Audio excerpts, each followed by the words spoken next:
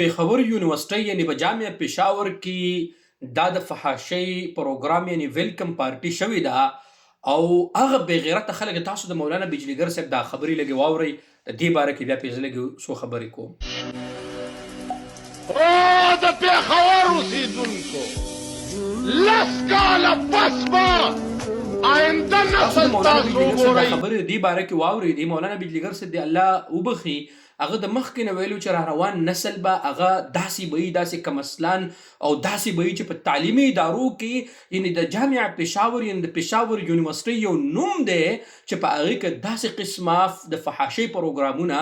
چې دا جنې به د چا لور د چا به خوري یعنې تاسو له بې غیرتو تاسو له شرم او حیا تاسو په کار ده چې په تعلیمي ادارو کې تاسو داسې قسمه پروګرامونه کوئ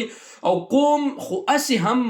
هغه تقریبا 85% زموږ د نوجوانانو حل داسې دی چې هغه داسې شیزونه پروموټ کوي د هغه نه خو څه ګیله نه ده په کاره لیکن په تعلیمي ادارو کې داسې قسمه پروګرامونه کول او داسې قسمه جینکۍ داسې تلو بغیر د پردې نه ټول هر څه یې ښکاري ټول سامان یې ښکاري په دې کپړو کې نو قوم د تاسو څه میسج ورکوئ موږ خو په ټکټاکرانو په دغو پسې لګېدلي یو لیکن دلته زموږ تعلیمي ادارو دا حال دی نو ګیله د چا نه وکړو. دې حوالې سره د خیبر پښتونخوا چې کوم وزارت تعلیم دی د هغو نه زموږ ریکویسټ دی. دې نه علاوه وزیر اعلی سهیل افریدي صاحب ته خصوصي په دې کې ریکویسټ کوو چې د دې خلاف سخت ترین اکشن واخلئ او د داسې د طالبات چې کوم د هغې چې کړی دی دا په دې ویډیو کې چې په نظر باندې د طالبات راځي چې د